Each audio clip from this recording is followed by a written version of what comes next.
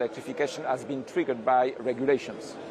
Regulations have been decided by the states and by the parliaments. So yes, of course, it's a bump in the road. I hope it's a short-term hurdle that we will be all able to overcome. And Stellantis is now full speed ahead with all the electric vehicles, starting with the new Jeep Avenger, the first pure EV Jeep. We are very excited. The product is awesome. The product is absolutely outstanding in terms of performance. So we hope that the problems of energy will be solved very soon, specifically here in Europe, where this strategic matter was somewhere forgotten in the overall strategy of clean mobility. So hopefully it will be solved soon. So that deadline of 2035 that the EU has to phase out a combustion engine, do you think that should be moved given the current crisis? Well, it's clear that the decision to ban pure ICEs is a purely dogmatic decision. It's quite clear. It's clear that facing the reality of life, I would recommend to the European political leaders to be more pragmatic and less dogmatic. I think there is the possibility and the need for a more pragmatic approach to manage the transition in function of the hurdles and the bumps we have on the road. And certainly that would be helpful for the middle classes, because we are absolutely focused on freedom of mobility. We believe that the mission of the car makers is to offer freedom of mobility, which is safe, clean and affordable. And right now, it can be clean, it is safe, but it is not affordable. So possibly, to manage this transition, I would recommend to the European political leaders to be less dogmatic, more pragmatic, and think middle class.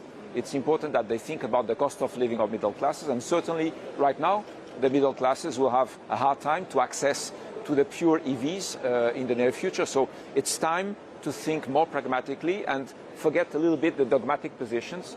The reality of life is now on our face. It's time to recognize that. Because you said a couple of years ago that the average consumer will be priced out of electric cars and that could trigger some social unrest. Things have gone only worse since then. So is that really a real concern for you? It is, and I do appreciate the fact that you remember that we have been saying this for many years now. Unfortunately, we were not heard. But yes, it's a reality.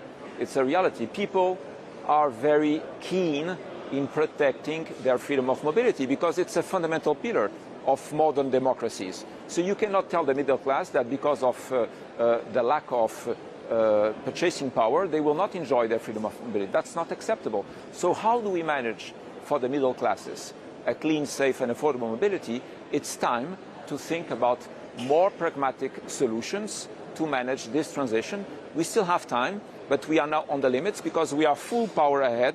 We are completely full speed on electrification, and very soon there will not be anymore any manufacturing of pure ICEs, internal combustion engines. So by that time, solutions for the middle classes will disappear.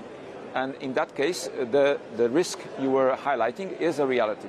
One of the problems for EVs is the high raw material prices, particularly the ones that go into the batteries. But this is here to stay because there's just more demand than supply. So is that just a structural high price that is just here to stay that you have to manage? Not necessarily, because it depends on the stability of the chemistries of the battery. And so far, I don't think that the chemistry of the batteries is totally stabilized. So today we think lithium, we think nickel, we think manganese, we think hydroxide. But perhaps tomorrow there will be other chemistries. So it is not completely stabilized. But whatever the final landing point will be, we have to accept that we need to find mines in our regions, North America and Europe, to be able to source from the region to the region. If we make regulations without any understanding or any knowledge of where those raw materials are and where the chemistry landing point will be, of course, strategically, it doesn't make sense.